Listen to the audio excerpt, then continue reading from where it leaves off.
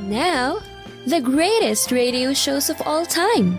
Suspense. The Shadow Node. Washington calling David Harding, Counter Spy. Classic radio theater. The Great Gildersleeve. Fibber McGee and Molly. Dragnet. Gunsmoke. The Lone Ranger. Now, step back into our time machine with your host, Wyatt Cox. Good evening, friends of the Inner Sanctum. Comedy this hour, Eve Arden starring as our Miss Brooks in an episode from February 5th, 1950. This is entitled Miss Enright's Dinner. Colgate Dental Cream to clean your breath while you clean your teeth and help stop tooth decay, and Luster Cream Shampoo for soft, glamorous, caressable hair brings you Our Miss Brooks starring Eve Arden.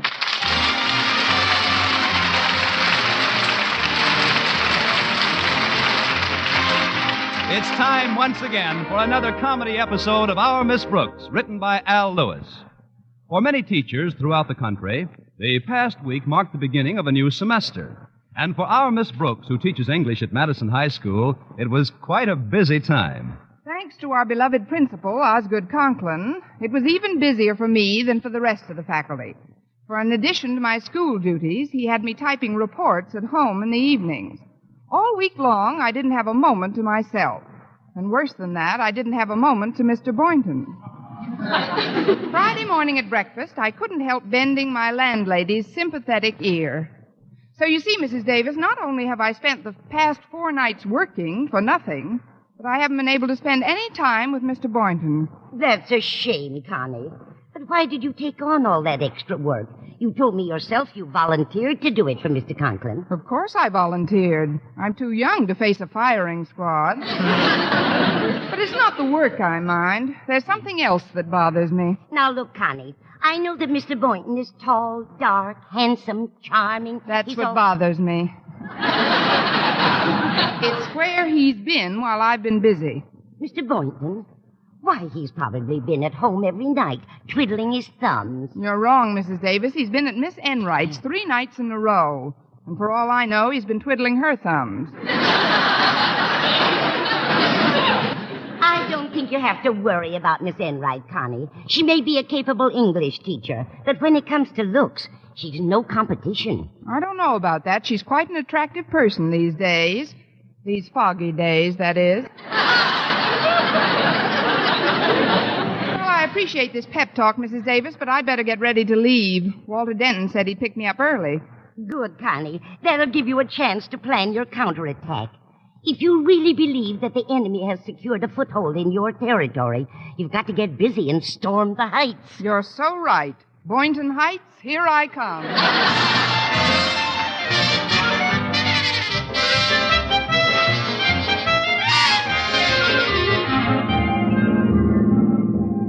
I'm glad you were prompt this morning, Walter. There's something I want to attend to before my first class. I know, and I hope he's in his biology lab when you get there. Look, I don't mean to pry into your personal life. Good, let's keep it that way. But I couldn't help noticing how little you and Mr. Boynton have seen of each other during the past week. Now, listen, Walter. Oh, I know it's because of all the extra work you've had to do. Well, even Harriet Conklin, our principal's own daughter, told me she thought he's been driving you like a horse. Oh, I don't know. I always whinny while I work. And you've noticed something else, too. Miss Enright hasn't let any grass grow under her feet. Please, Walter, Miss Enright's gardening problems don't interest me. You know what I mean, Miss Brooks. She's had dates with Mr. Boynton one night after another. Walter, I know you're fond of me and mean to be helpful. But if this intensely personal conversation doesn't stop, I'll get out and walk to school. Gosh, Miss Brooks, I didn't mean to intrude on your privacy, but it just happens that I have a wonderful plan to get Mr. Boynton out of Miss Enright's clutches once and for all. You want to hear it, Miss Brooks? How can I help it? I'm not going to get out and walk to school. Now you're talking. Oh, the scheme is very simple. We just fight fire with fire. For the past 3 nights, Mr. Boynton has had dinner at Miss Enright's place. Everybody knows that. What does she live in, a television studio? Please, Miss Brooks, you'll stop the flow. Sorry. Obviously, Mr. Boynton keeps coming back there because he gets some good food, and the price is right. Hence, the old saying is proved again, the way to a man's heart is through his stomach. Well, that may be one of the better routes, Walter, but how do we interrupt Miss Enright's regularly scheduled trips? That's where the fighting fire with fire comes in. Please, Walter, burning down a fellow teacher is arson. No, you don't burn her down. You simply tap the same source that she uses for tempting recipes. Then you invite Mr. Boynton to your lair. Your place. Well, what is her source of recipes? Miss Dugan's domestic science class. The girl's learning to cook at the best recipes you've ever seen. And Miss Enright borrows them? Sure. After school, she takes them right off the bulletin board in Miss Dugan's room. And they print new ones every day. And Harriet tells me they're so simply written that a sub-moron could follow the instructions. Thanks, Walter. I didn't mean it that way, Miss Brooks.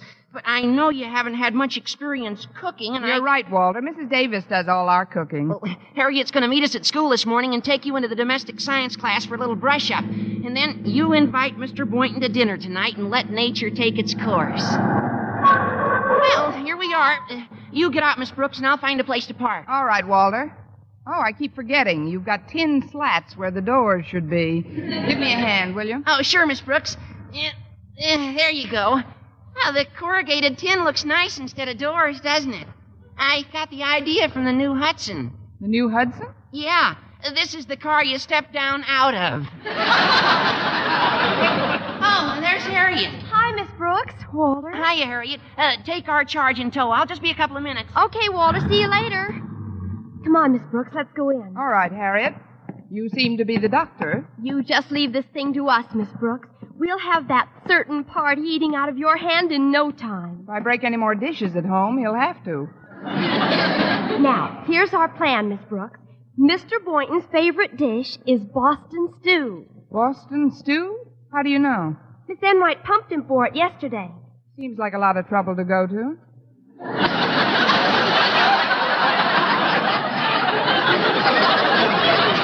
Now, Miss Enright suggests Miss Dugan is going to get the best possible recipe for Boston stew and put it on the bulletin board sometime today. Then Miss Enright will stop by and...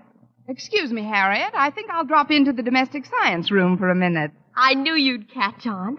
I've got to stop by Daddy's office, but I'll join you in a little while. We've still got some time to brush you up on some fundamentals. All right, Harriet. Well, if it isn't Miss Brooks. Miss Enright. What brings you to the domestic science room, darling? Oh, I've always been domestic. Only nowadays you've got to make a science out of it. Well, if I've said it once, I've said it a dozen times. The way to a man's heart is through his stomach. By now, that should seem like the old Ox Road to you. I suppose you're referring to my constant dinner companion of the past week. Yes, I am. While I was home alone working overtime, you were home with Mr. Boynton working overtime. And I don't think it's fair, Miss Enright. All's fair in love and war, darling. You're just loaded with goodies today, aren't you? After all, if Mr. Boynton likes good food prepared with loving care, who's to prevent him from getting it? If I may borrow one of your best used cliches, two can play at that game. I'm going to prepare a dinner for Mr. Boynton that he'll never forget. You? Oh, darling, you're not the type. Think of the time and money you spend in a beauty parlor to make yourself fairly presentable. A steaming kitchen would play havoc with your fragile charm. You don't say. Well, for your information, Miss Enright, food can be cooked just as well on a pretty modern range as it can on an old pot-bellied stove. Are you inferring if the girdle fits, wear it.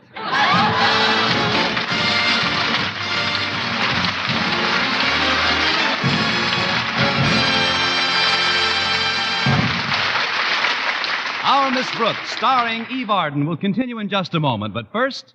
By the way, Miss Enright is played by Mary Jane Croft. You might remember her from The Lucy Show. And back then, and of course, Mr. Boynton is Jeff Chandler.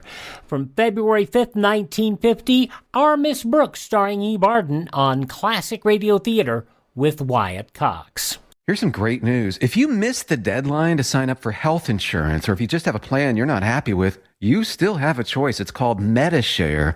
There are hundreds of thousands of members, and they love it. Medi-Share has a 98% customer satisfaction rating, and this is obviously huge. The typical family saves around $6,000 a year switching to Medi-Share. Find out more. They're great to talk to. 833-34-BIBLE. That's 833-34-BIBLE. The Overstock sale continues at MyPillow.com. Deep discounts on Giza Dream Sheets, MyPillow Original Pillows, the My Slippers, half price. I love mine. And with every order you make by going to MyPillow.com/radio specials, you'll get a free copy of Mike Lindell's book, What Are the Odds? From Crack Addict to CEO. MyPillow.com/radio specials, promo code USA. Thank you so much for joining me here on Classic Radio Theater with Wyatt Cox. Now more of Our Miss Brooks starring Eve Arden from February 5th, 1950.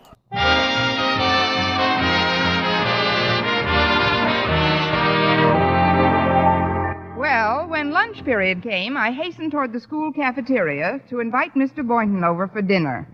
As I passed the principal's office, however, the door opened and I heard Mr. Conklin murmur, "Halt!" Step into my office a moment, Miss Brooks. Aye, aye, sir. Sit down, please. Thank you. Since this is your lunch hour, I'll be brief. I just want to tell you that I appreciate your getting out that typing during this past week. Oh, you're welcome, Mr. Conklin. Well, see you later. One moment, please. The spirit with which we tackled a difficult task was most admirable. In fact, as I watched your fingers flying over the keys, putting in carbon paper, second sheets, making erasures, oiling and cleaning the machine, then washing up and starting all over again, I realized that to me this wasn't work at all. To you, it wasn't. No, indeed, it was actually, fun. Now, there's another report I must have typed, about 30 pages. 30 pages? Yes. One long evening will do it. Oh, good for her. Those Chinese secretaries are really marvelous.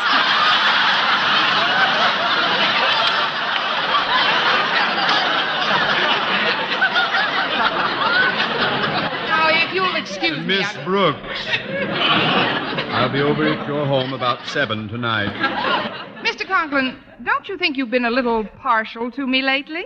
Partial? With these honorary jobs, I mean. You know how carefully we teachers try to avoid making pets out of any students, and, well, you've got to be doubly careful in your high office not to pet any teachers.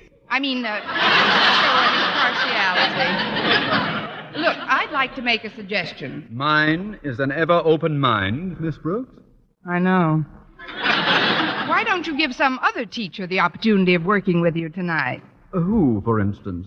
Well, it's not my place to mention names, but I'm sure Miss Enright would love the opportunity. Miss Enright, eh? She is a competent sort of an individual. Even more competent than some I've used. Yes. I think I'll ask her about it right now. Oh, don't ask her now, Mr. Conklin. Surprise her.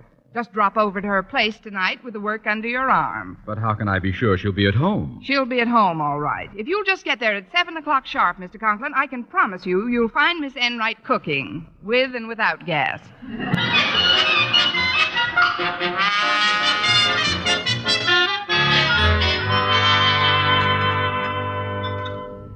It's nice to be having lunch together again, isn't it, Mr. Boynton? Oh, it's more than nice, Miss Brooks. It is? Certainly is. This goulash is terrific. It's all right for cafeteria food, I guess, but there's nothing like a home-cooked meal. Don't you think so? Oh, I sure do. I've been very fortunate that way during this past week. I've had a couple of home-cooked meals. You've had 3, but who counts? What I'm so subtly suggesting, Mr. Boynton, is that you have dinner at my place tonight, for a change. Your place? Yes, I thought I'd prepared dinner for 2. Perhaps some special recipe you're fond of? I wish you'd asked me sooner, Miss Brooks. I promised to have dinner with Miss Enright tonight. Not again? Yeah, not again. Walter! Walter, how long have you been eavesdropping behind that history book? Oh, I haven't heard a thing, Miss Brooks. I was just thinking about what to go and get at the steam table. Well, you're excused any time, Walter. Oh, thanks, Mr. Boynton. But all I can say is anybody that'd eat dinner with Miss Enright instead of a certain other English teacher must have some of his marbles missing. Walter! See you later, Miss Brooks. I can't understand his attitude. Oh, I guess he just doesn't like Miss Enright. I can understand his attitude. Look, Mr. Boynton, I happen to know that Miss Enright will be extremely busy this evening. Mr. Conklin's bringing her a report to type. Mr. Conklin, are you sure? It was the least he could do. But don't worry about your dinner engagement, Mr. Boynton. All you have to do is transfer your appetite to my table. Well, if Miss Enright is going to be busy, I guess I could accept your invitation. Got to eat somewhere. You're too gracious. Is it a date? Oh, it's a date. But, Miss Brooks, did I understand you to say you were going to cook the dinner? Certainly. That's strange. I never thought you knew anything about cooking. Oh, you'd be surprised. I know some very strange things about cooking.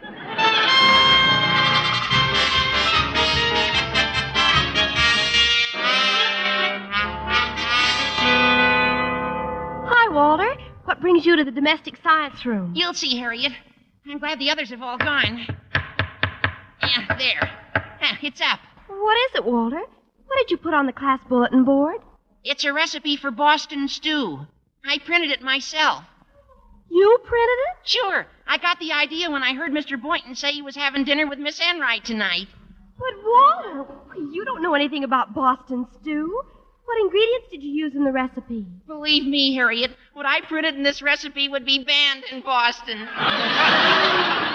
Golly, it's not poisonous, is it? Of course not. Just pleasantly sickening. Now, we better get out of here before old Enright comes in. Boy, this'll teach her to try and take up all Mr. Boynton's time just because Miss Brooks is busy working. Miss Dugan! Oh, Miss Dugan! Oh, I guess everybody's gone home. Uh-oh. What's this on the bulletin board? Recipe for Boston stew. Now, that's what I call a coincidence. Come to Connie, baby.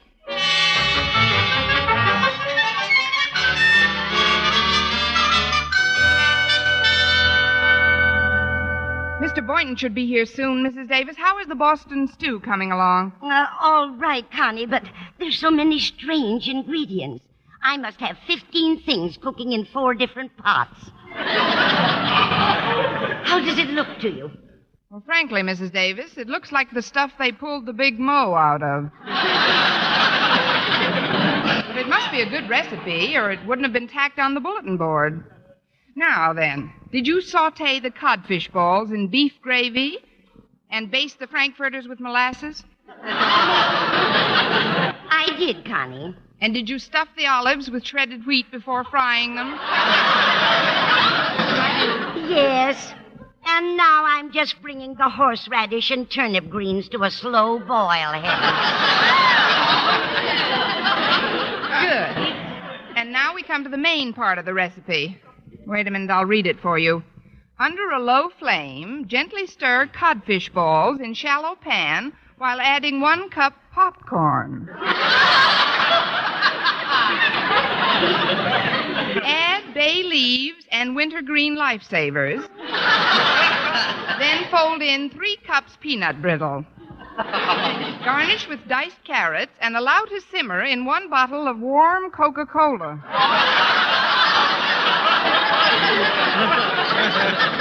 Well, every man to his own taste, I suppose. Oh, it was very nice of you to help me with this cooking, Mrs. Davis. But remember now, it's our secret. Of course, dear. As far as Mr. Boynton is concerned, your loving hands alone prepared this masterpiece. Now, I'll just take my coat and be running along, Connie. I'm having dinner at my brother Victor's house. You told me that before, Mrs. Davis. What time are you due at Victor's? 6 o'clock. What time is it now, Connie? 6:30. Then I better hurry. I wouldn't want to be late.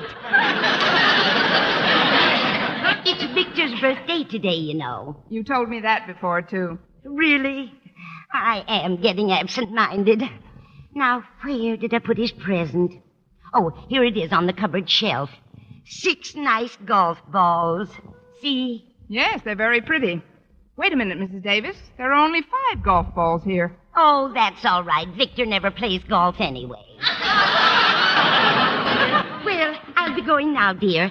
Just let the Boston stew simmer for another few minutes and then turn off the gas. I may not have to turn off the gas. This stuff looks strong enough to blow it out.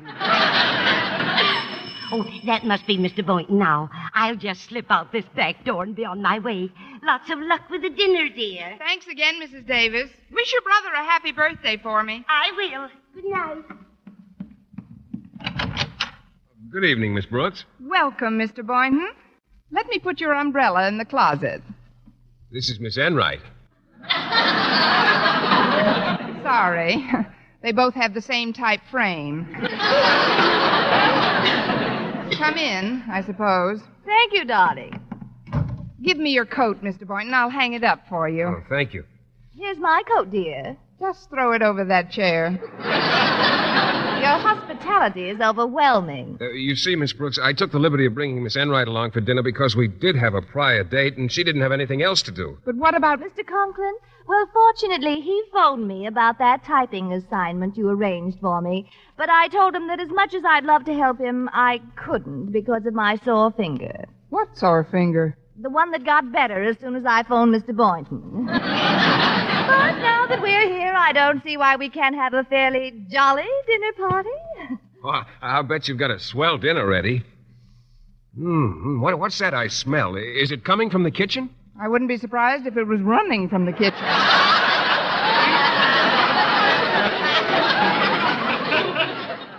February 5th, 1950, Eve Arden, our Miss Brooks. Thank you for tuning in to Classic Radio Theater with Wyatt Cox. Are you suffering with arthritis or osteoporosis? Do you have diabetes? Did you know that these are just 2 of the hundreds of diseases that have seen improvement with Dr. Wallach's incredible longevity products? You can't get them at a health food store. The only way to get them is to call us at 800-214-0065. That's 800-214-0065. Do you have heart disease, fibromyalgia, or high blood pressure? Do you have a terrible time losing weight? Dr. Wallach can help. He was a veterinarian and cured diseases in animals. He felt that he could do the same for humans, so he became a physician. Over 50 years of research and helping people like you goes into every bottle of Dr. Wallach's amazing discoveries. Do you want to feel better? Learn how to treat the cause of your problem rather than covering up the symptoms with drugs. Call 800-214-0065. That's 800-214-0065.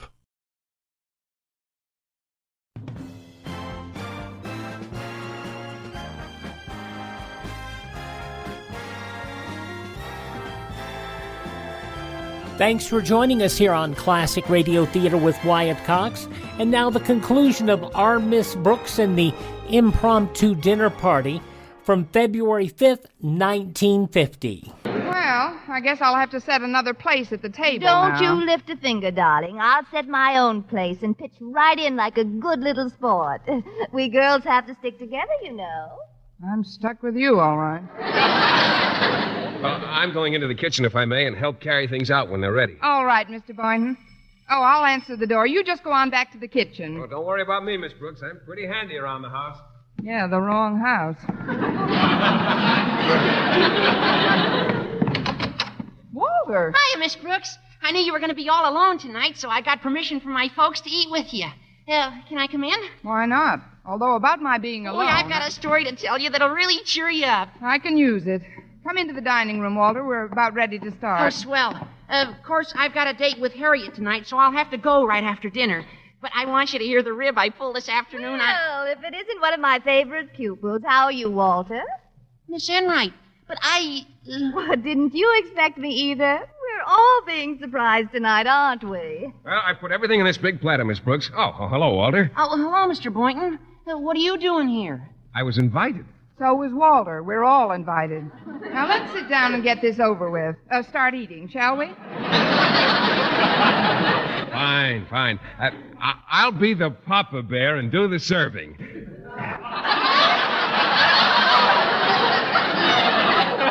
Well, here's yours, Miss Enright. Thank you, I think. Here's your dish, Miss Brooks. Thank you.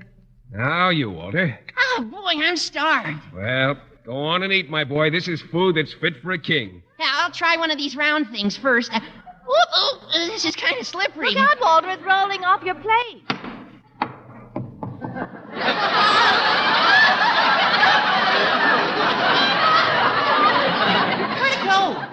I caught it on the fourth bound. Here you are. Say, this is a pretty strange kind of food. It says Spalding Crow Flight on it. Spalding Crow Flight? Don't give it another thought. Victor never plays golf anyway. Just what kind of a dish is this, Miss Brooks? Oh, can't you tell? This is Boston Stew. Well, sure, anybody knows that. You can tell at a glance that this is good old Boston Stew. So that's why the recipe wasn't on the bulletin board in the domestic science room. You took it, Miss Brooks. Why not? First come, first served, I always say. Now, let's dig in, shall we? But, Miss Brooks... You better start eating, Walter. Remember what you told me. You've got to go right after dinner. I know, but this isn't the way I want to go.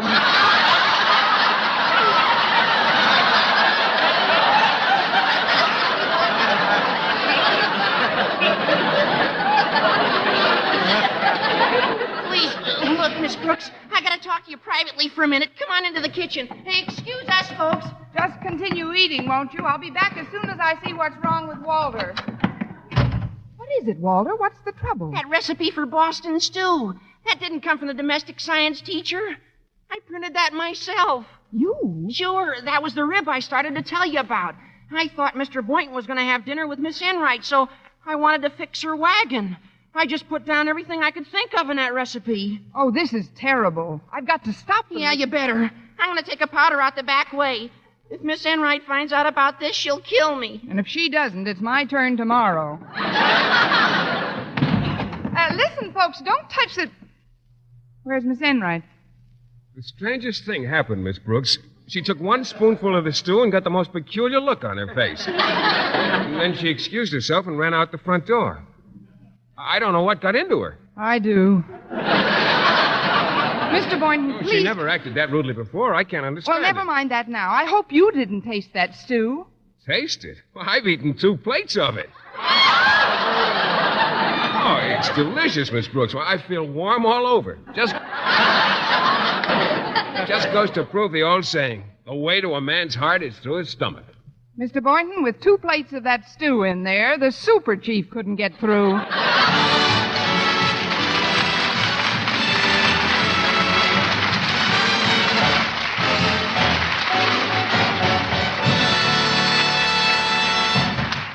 Well, Mr. Boynton was so grateful for the Boston stew, he could hardly wait till the dishes were finished before inviting me to a movie. But as we headed for the closet to get our coats, the front door opened and a familiar voice murmured, Halt! Mr. Conklin. Oh, hello, Boynton. Well, Miss Brooks, since Miss Enright has a bruised finger tonight, I brought over this 30-page report, and I'm going to let you type it. Thanks a million. Oh, gosh, Mr. Conklin, well, we were planning to see a movie. Well, you'll have to go alone, Boynton. This is business. Awfully sorry, Miss Brooks. I'll go get my coat out of the closet. All right, Mr. Boynton. Mr. Conklin, can't this typing be postponed? I'm afraid not. This is so important, I even skipped my dinner so that we could buckle right down to work. By the way, while we're working, I could use a little snack. Do you have anything around that I could eat? Eat? Yes. I have just the thing for you, Mr. Conklin. Mr. Boynton. Yes, Miss Brooks? Stick around. I'll be with you in a minute. Next week, tune into another Our Miss Brooks show brought to you by Luster Cream Shampoo for soft, glamorous, caressable hair and Colgate Dental Cream to clean your breath while you clean your teeth and help stop tooth decay. Our Miss Brooks, starring Eve Arden, is produced by Larry Burns, directed by Al Lewis, with music by Wilbur Hatch. Mr. Boynton is played by Jeff Chandler, Mr. Conklin by Gail Gordon. Others in tonight's cast were Jane Morgan, Dick Crenna, Gloria McMillan, and Mary Jane Croft.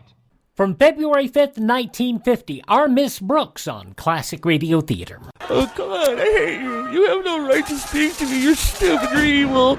You believe in your God, guns, and gold. You shouldn't have the right to vote. We must fix this disgusting country now. We want socialism now. Whoa there, little fella. Our U.S. Constitution protects your right to say these things, even if they are drivel. Our founders believed in our inalienable rights granted by God, not some mafia.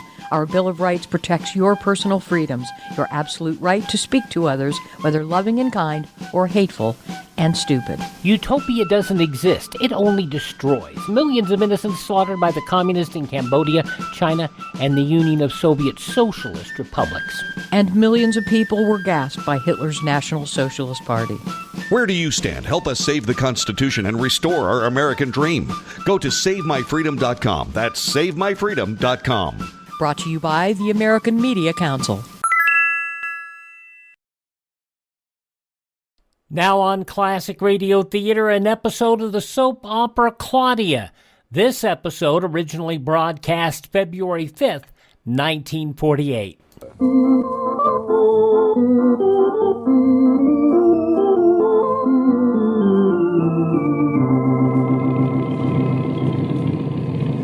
Well, here's LaGuardia Airport. Hey, where's that man going with your suitcase? We'll meet him again where we check in. Oh, I'm always very suspicious about people who go running off with my suitcase that way. I always think I ought to say goodbye to it and that I'm never going to see it again. You'll see it again, don't worry. How do you know? Because that's the way it's arranged. I know it's arranged that way, but that doesn't mean it's going to happen that way, does it? Look, darling, the airline people have it all worked out, just so it will be arranged that way. What? I don't know what. You've got me so confused, I don't know what I'm trying to say. I don't see why you're so excited, David. You told me all night that Chicago isn't really very far. It's just like going to Bronxville or...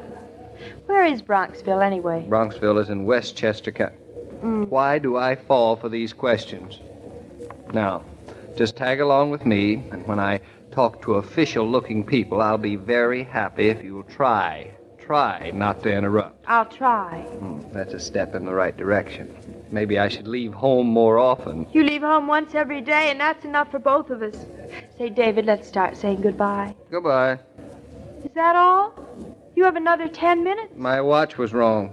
It's only 7 by that clock over there. Only 7 minutes? That isn't fair. I had 10 minutes of goodbye already, and now I've got 1, 2, 3 minutes left over, and I don't know what I'm going to do with it. Save it for the next time I go away. There isn't going to be a next time, is there? No. Next time, you won't be sick. Dr. Williams won't mind if I roll you up in a blueprint and take you along. I'm not sick now, David. Can I come along? You're not coming, period. Attention, please. Flight 239 for Washington, Winston-Salem, Savannah, Jacksonville, and Miami. Now ready for loading at Gate 7. Is that you? Didn't you hear what they said? Washington, Winston-Salem, that's in the South. Do you think Chicago's down south? I thought it was on the other side of the Mississippi, isn't it? I think you're thinking of the Swanee, and it isn't. Oh, this is exciting. You know, I'd like to come here sometime when you aren't going away so I could really enjoy it. You might find it very educational. Where are you hurrying to now? I'm giving up your geography lesson, and I'm going over there to check in. Where? What do you have to do that for? So the airplane people know I'm here. Can't they just see it when they look at you? I don't know why everything has to be so complicated. It has to be complicated so they know that the plane isn't overloaded when they try to take off. Well, how could it be overloaded? I thought there were just so many seats. Are you sure you've never been up in an airplane? Quite. I can't quite believe that anyone could ask such ignorant questions without knowing the answers. I don't think I ever bothered to say so, but I was the first woman to fly to the moon. Do tell. How was the cheese? Green. Why are you standing in this line? This is the checking in line, and my suitcase will be along in a minute. They're going to weigh it. You really think it's going to find us? It's a very intelligent baggage. It's full of books and blueprints. Attention, please. Announcing Flight 647, first section for Boston. Now loading at Gate 7. Is that yours, David? Not unless the wind is stronger than I think it is. It's hard for me to believe that there's strong winds way up in the sky. It looks so quiet and stately. David, are you sure you're going to be all right? Now, look, darling, it's just like taking a streetcar. It's awfully high up for a streetcar. They build them high nowadays. Oh. Say, you're not going to be silly about this, are you? No sillier than you are for not taking me to Chicago in the first place. I didn't tell you to be a hero the other day and nearly get yourself in trouble. And I certainly didn't put Dr. Williams up to ordering you to stay at home. You just wanted to go sailing off to Chicago all by yourself like a hawk or something. More like an eagle, a golden eagle. Just be sure you don't come back like a bald one. Impossible. I'm only going to be away a couple of days. That's what you said yesterday. but your suitcase looked awfully big when you packed it this morning. Now, here's the checking in line. Where's the suitcase? The suitcase? It'll be there when we're at the head of the line. Announcing Flight 986, non-stop for St. Louis. Now loading passengers at Gate 4. Non-stop to St. Louis. Now, that isn't it either. Good morning. Oh, good morning. I'm David Naughton. I have a reservation on the 9:45 for Chicago. Good morning. Good morning, miss. Oh, it's all right. We're together. You also are booked on the 9:45? Oh, no. But I wish I was. Were. One reservation for Chicago on Flight 644. Name of David Naughton. One moment, please. Where's she going? She's gone. She went to check up on things, I suppose. Are you sure it isn't going to be too windy? Oh, I wish you were taking a streetcar. If I were, you wouldn't be seeing me again for 2 months. That wouldn't matter. After 2 days, I won't be able to feel anything anyway.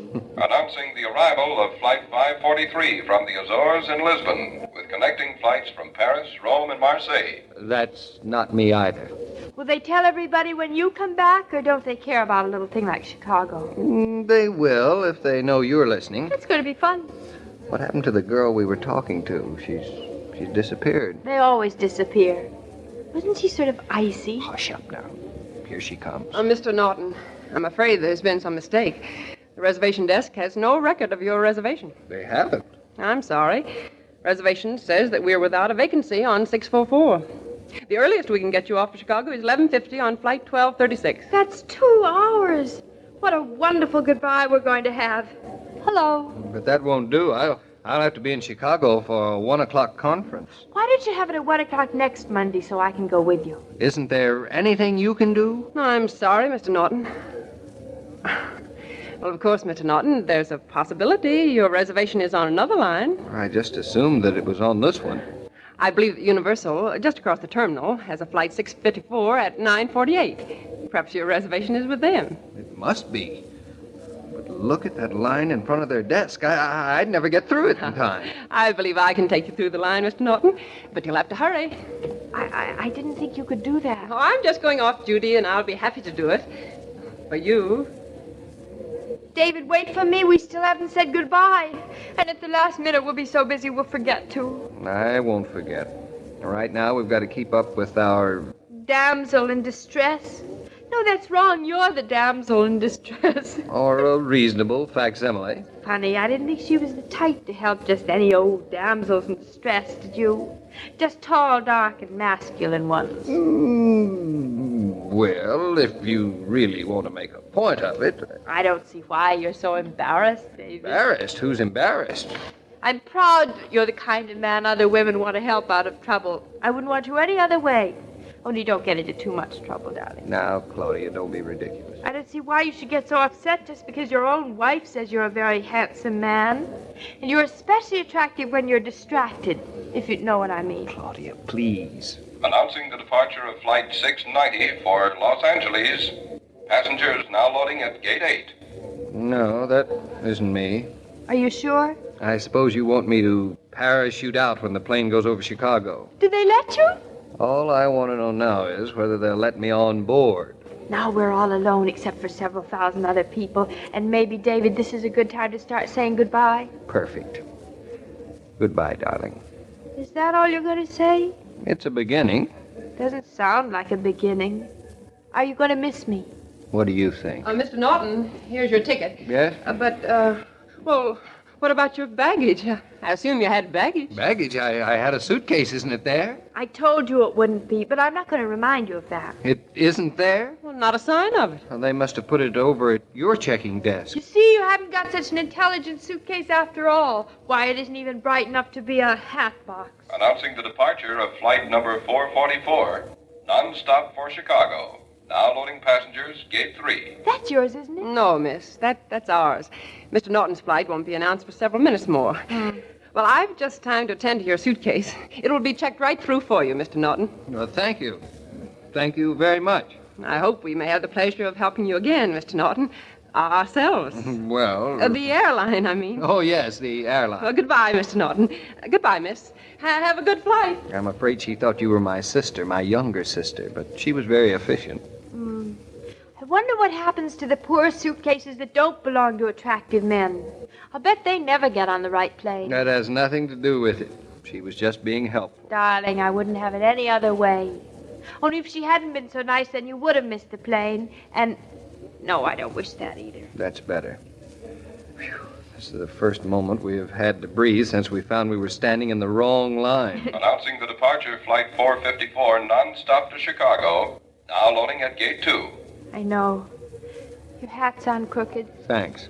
Oh, I'll fix it myself. Let me fix it. I don't want to be picturing you for the next 2 days with your hat on crooked. Picture me without a hat on at all. And your tie. I want that to be straight, too. I'll picture you standing just the way you are, with your hands at my throat. You make me sound dangerous. You are terribly dangerous. I am? You are a menace to freedom.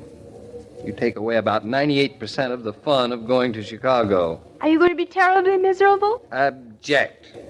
I won't stop crying till we fly over Indianapolis, and then I'll sob all the rest of the way. I must be awful, but I'd be a lot happier if you were going to cry all the way to Chicago.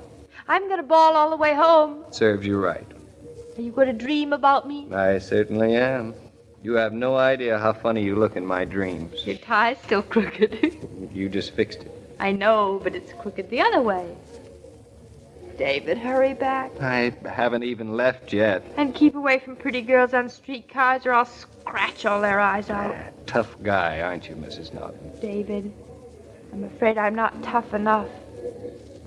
Guess I'm not very tough either. Announcing the departure of flight number 694 for New Orleans nonstop. Passengers now loading gate number 1. Sure they haven't announced my plane yet? Positive. I certainly would have heard it. So would I. They haven't announced anything since you started looking for the suitcase, except they announced the other plane to Chicago a second time. A second time? I wonder... Claudia, come on. How do you know which way? It's got to be this way. It's around here. And down there. That's right. That must be where those people are. David, I think you'll make it. Barely. Well, here we are. Don't ever go away again. Here's till I get back. Now, please, don't do anything wrong. See you in 46 hours. David! We still haven't said goodbye. But, darling, I know we'll never really have to.